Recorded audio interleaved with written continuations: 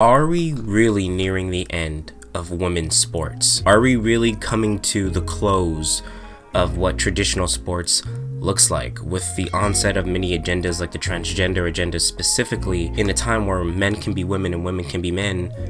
What are sports anymore? And I feel like this is what brought me to watch this video uploaded by PragerU titled The End of Women's Sports. There's obviously going to be a great difference in who is more, quote, physically capable when competing in these things. So I really wanted to look into this video because this is something that's been on my mind. And without further ado, let's jump straight into this one. I've been training to be a championship sprinter since I was 8 years old. With the help of my parents, my coaches, and my teammates, I did it. By sophomore year of high school, in 2018, I was one of the top 5 female high school sprinters in Connecticut. But then, one day, I wasn't. At the state championships that year, 2 people passed me, passed all of us girls, literally. They finished first and second in our races, dominating the field. Were they more motivated? Did they train harder? I don't think so. But they did have an edge, a big one we couldn't match. They were biological boys who said they were transgender girls. Do you think that's fair? Males competing against females? Before you make up your mind, let me tell you a bit about what it took for me to become a top female sprinter. It meant training with my team every day after school for at least 2 hours, working to shave fractions of a second off of my time in the 100 and 200 meter dash. It meant not hanging out after school or going out with friends on the weekends. It meant getting up early every Saturday morning and competing all day at a meet. It meant not indulging in any of the things that might cost me my dream. This is exactly what I'm talking about. There's people who compete in sports like women, and they make great sacrifices to basically get not only just physically in shape, but mentally in shape for upcoming races and so on and so forth. And then you have people who, men, naturally, just because of their biological makeup and men being just physically a bit more capable than women, she's saying like, hey, this is what it took for me. I had to build this up. I wasn't just born with natural physical conditions that would enable me to basically just win races all the time, especially against other women, let alone against another man. Here she is saying like, yep, this is what I had to do. I had to stop doing this, and this, and then here we come with other people, men, basically taking the show. The scientific and biological makeup really speak for themselves. So let's get back into this. And here's the thing about the 2 biological males that took the top 2 girls' medals in the state of Connecticut. Their times were not even good enough to qualify them to compete in the state championships on the boys' team. Let me say that again in case you missed it. Their times were not good enough to qualify them for the boys' state championships. But 2 years in a row, they won first and second place competing against the girls. Easy win. All in all, these 2 biological males won 15 women's state championship titles. Some in the media have accused me of being a sore loser. They tell me to run harder. But the biological changes that males go through during puberty are so significant, they gain an insurmountable advantage in strength and in speed. They grow vaginas. That's why boys always competed against boys and girls against girls. U.S. runner Allison Felix is an inspiration to me. She's the fastest female sprinter in the world. Her lifetime best for the 400 meters is 49.26 seconds.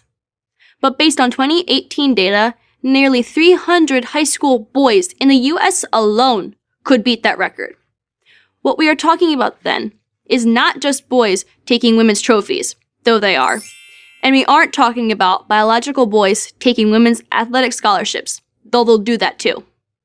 When biological boys are allowed to compete against girls in sports like track, where the differences in performance are so great, we are talking about girls getting shut out, never getting the chance to win or even compete at all. When 2 biological boys took the first and second place spots against me in the 2019 Indoor State Championship, I lost the opportunity to participate at the New England Championships. I lost the chance to be scouted by top coaches, possibly even to win scholarships. Right now, biological boys are being allowed to set records on the girls' team, deleting girls' records, erasing the achievements of actual girls, and setting a standard probably no girl can meet, no matter how much she trains or how hard she tries.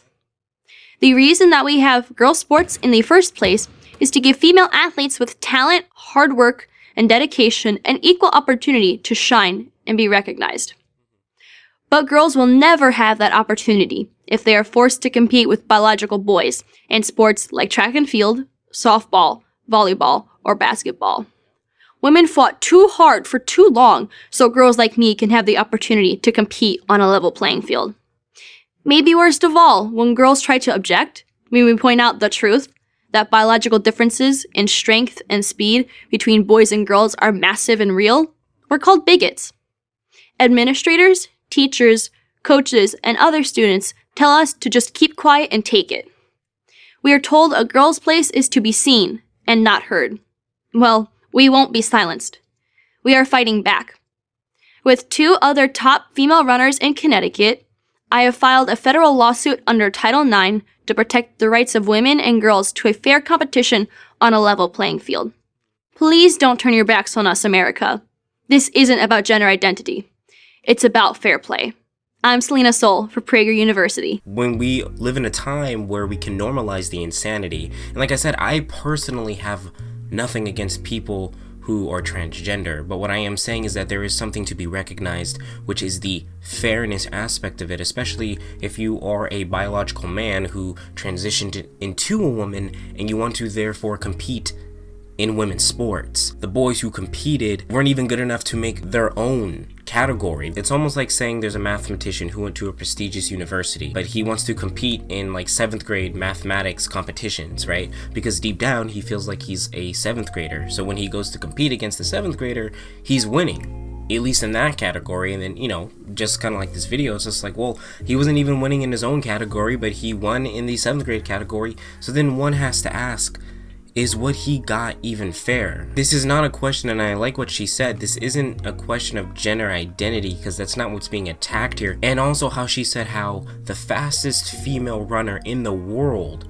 can be outclassed by 300, not just men, but she said high school boys. That should tell you everything you need to know about the difference in biological makeup when it comes to men and women. We live in a society where do what thou wilt. If it feels good, do it. And what this leads is for many people to chase after their feelings, to chase after, you know, yeah, man, if you're having fun, if you feel like you're a woman, just go ahead and do it. There's no harm to it. It's just even surprising that we're having a conversation like this in the 21st century, where we have to live in a time, who would have thought within the 18 or 1700s, people would have been like, you know, I wonder what they're going to be thinking about within the next 300 years from now, as far as, you know, societal issues. Who would have thought, at least the founding fathers anyway, and people of that time frame, who would have thought that they would have been thinking to themselves, yeah, you know, what if they start arguing whether or if men are really men and women are really women?